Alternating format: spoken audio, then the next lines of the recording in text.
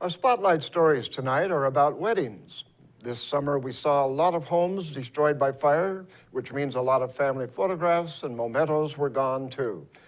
But in the ashes of a woman's Northern California home, she found what she was desperately looking for. Reporter Justin Burke has more on the small find that some would call a miracle. Amid so much destruction, a tiny glimmer of hope. My wedding ring, means 40 years, means a lot for me. Berta Cervantes had taken off her wedding ring to cook.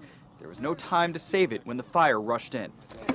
For hours, firefighters accompanied her and her family under the setting sun, sifting through one piece of rubble at a time, until finally it appeared. It's like I told my daughter, it's just impossible to find my ring. I was crying for hours. I thought it's impossible. And when my ring comes, thank God, my heart started pumping.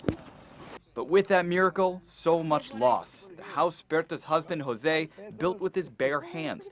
The family's entire life savings stored in the form of jewelry and cash. All of our pictures, our wedding dresses, all the memories, it's all gone. All except for a little ring, now burnt and covered in ash. But it's still okay. Still okay.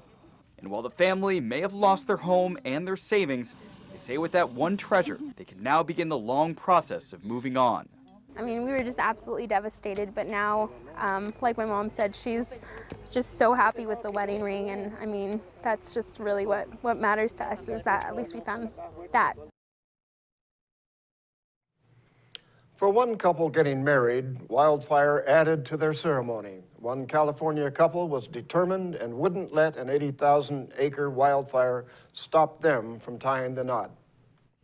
Whatever happens is going to happen, but we are going down the aisle. It may not be this aisle here, but it will be some aisle. Even with an 80,000-acre wildfire, they were determined to make their wedding work. This is not something that would be abnormal for Roman and I. We're kind of fly by our seat of our pants type of people. When flames started ripping through the Pollock Pines area last week, Jamie and her soon-to-be husband, Roman, said the wedding must go on. We not only worried about a wedding possibly being moved or canceled, we worried about rehearsal dinners. Jamie's identical twin sister, Julie, planned to hold a rehearsal dinner in her backyard before the King Fire forced her to leave her home. She had to come stay with us during the evacuation, so the fire has very much impacted us. Those were the days that we were fretting a little bit with the ash and the heavy smoke.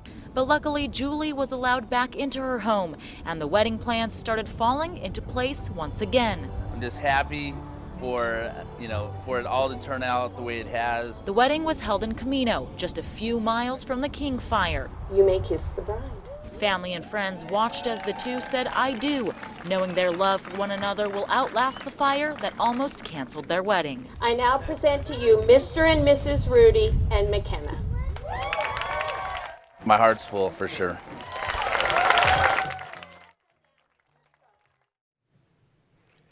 We'll be right back after this.